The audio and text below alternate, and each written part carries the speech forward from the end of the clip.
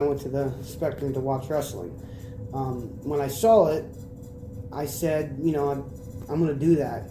And once I got old enough, when I turned 18, I went to a wrestling school and got trained, and here I am.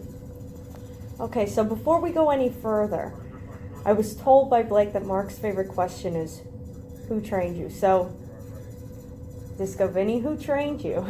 I was trained by Ray Torres, actually the owner, CEO of World Correction, Regional Championship Wrestling. He trained me. He actually got me into the business. I made my debut November 19th, 1996. So you've been in the business pretty long. What other federations have you wrestled for? Well, actually, 20 years to be exact. Organizations I wrestled for organizations called IWA, WPW, NCW. I mean, I can go on and on. There's pretty many, but those are the top federations I wrestled for, the top names. So within that time, you've been in some pretty big matches, correct? Oh, absolutely. I've pretty much seen it all. I've done steel cage matches, TLC matches. Actually, in NCW, I did it was a table chair, barbed wire, thumbtack match. It was pretty much had everything in it. Okay, so out of those matches, and I would just like to say to anyone, excuse us if you hear any noise in the background that sounds like emergency services, because Disco Vinny, and myself, we are firefighters. So if you hear any strange noises in the background, please forgive us. What would you say is, and there it goes.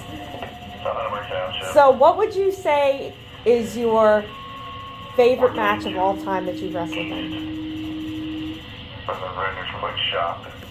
We're just going to wait here?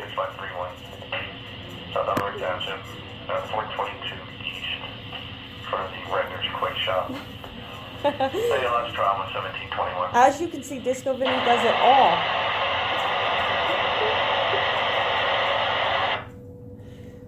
I'm sorry, what was the question? Okay, so, Disco Vinny, the top match you would say that you have wrestled in? Well, I have a bunch of favorites that I actually have, but my most favorite match was, I have to say, my match against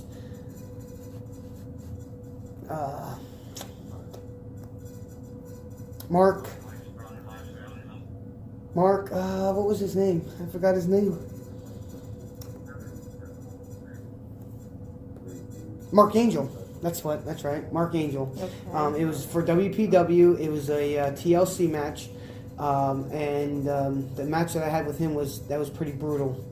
I was hit with the ladder multiple times. I had multiple concussions after the match. I bled. I had some stitches. So yeah, I'm going to say Mark Angel, WPW. I don't have a date for you, but that's the best I can do. Okay, so you wrestle for Regional Championship Wrestling, RCW. Now, can you tell us a little bit about RCW? Well, RCW, Ray, the gentleman that trained me, he's been in the business 21 years. I don't know exactly when Regional Championship Wrestling actually came about, but I just know that it's very, very professional. It's a good organization to wrestle for. The locker room's real, like I said, real professional. I mean, it's a good company to work for. And Blake is having me do this interview because I was at the last show, which was this past Saturday, and Disco Vinny won his match, tag team match. Yes, I did. Tag team match with his tag team partner Drake over MC Squared. So, how was that match for you? It was outside, and it was pretty hot for the wrestlers. No, it was very hot. The mat was was scolding. I could tell you that. I mean, when I first got slammed on the mat, it was like being slammed on fire. It was very interesting.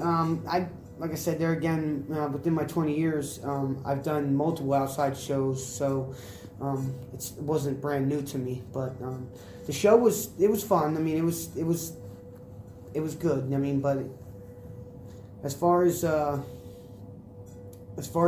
weather, it was just hot. That's all I can tell you. And it was hot. I was in the crowd, front row, and Blake, you'll love this, dressed like Bailey.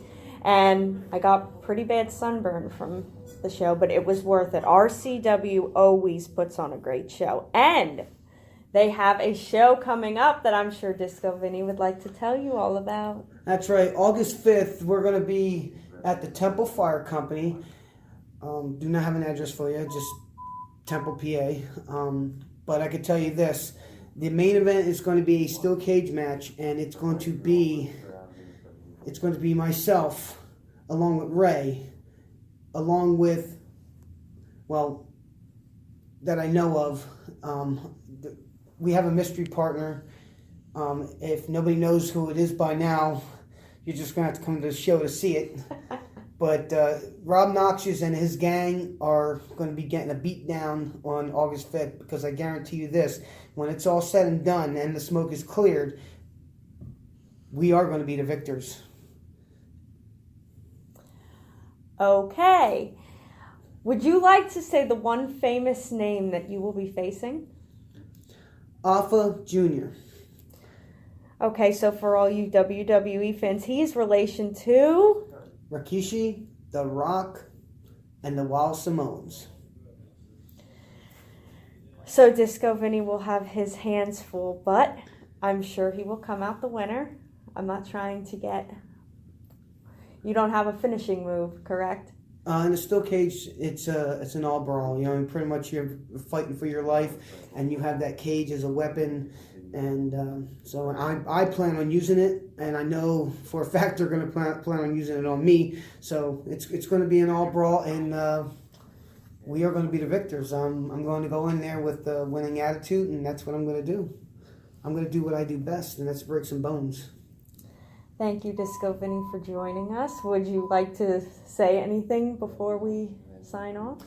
No, just thank you for the time and doing the interview, and I just hope everybody enjoys it, and I can't wait to see you out at Temple Fire Company on August 5th. And that is Temple Fire Company Social Quarters in Temple, PA.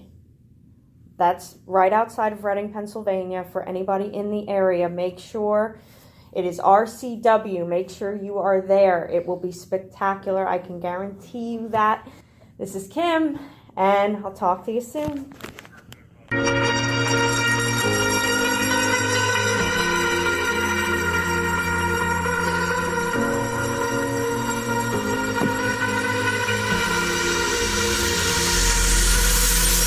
Too fast to prepare for this. Tripping in the world could be dangerous. Everybody circling as vultures. Negative, nepotist. Everybody waiting for the fall of man. Everybody praying for the end of times. Everybody hoping they could be the one. I was born to run. I was born for this.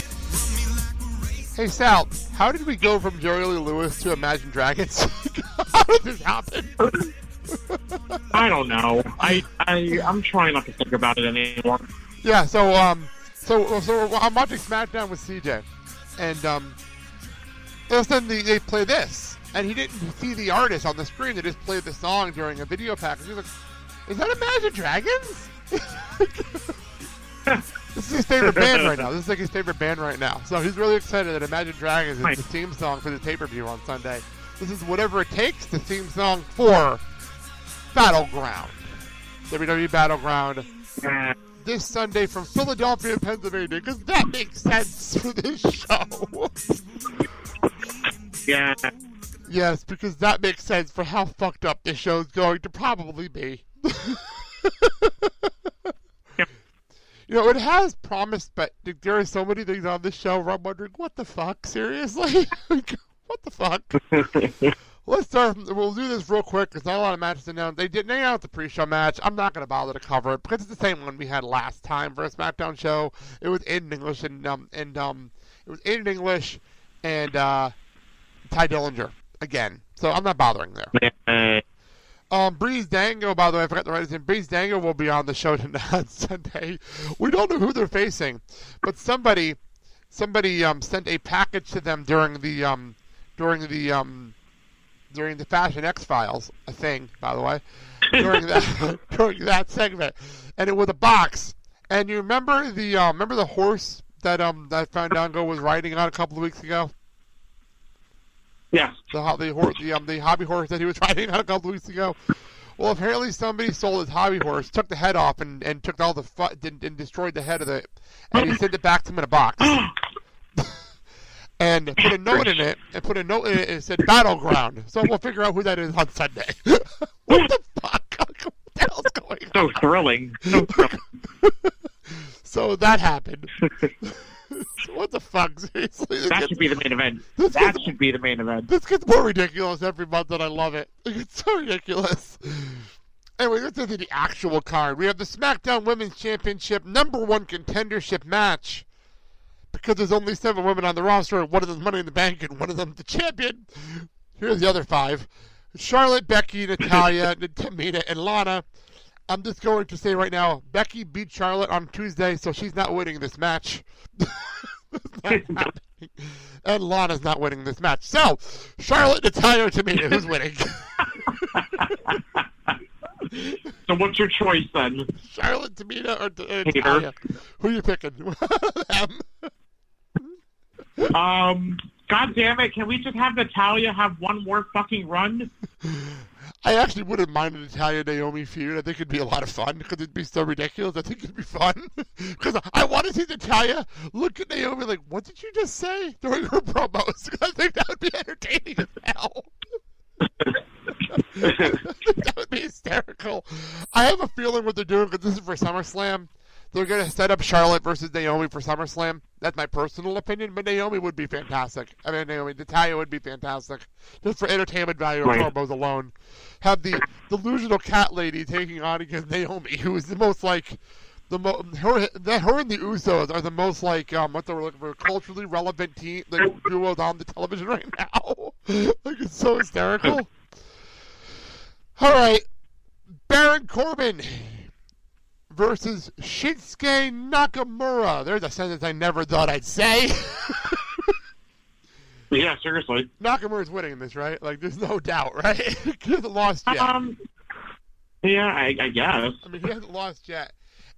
And by the way, something else that happened on Tuesday. You didn't see SmackDown, so I'm trying to catch you up. AJ Styles obviously is the U.S. champion. I realized I put the wrong title here. He's the U.S. champion. And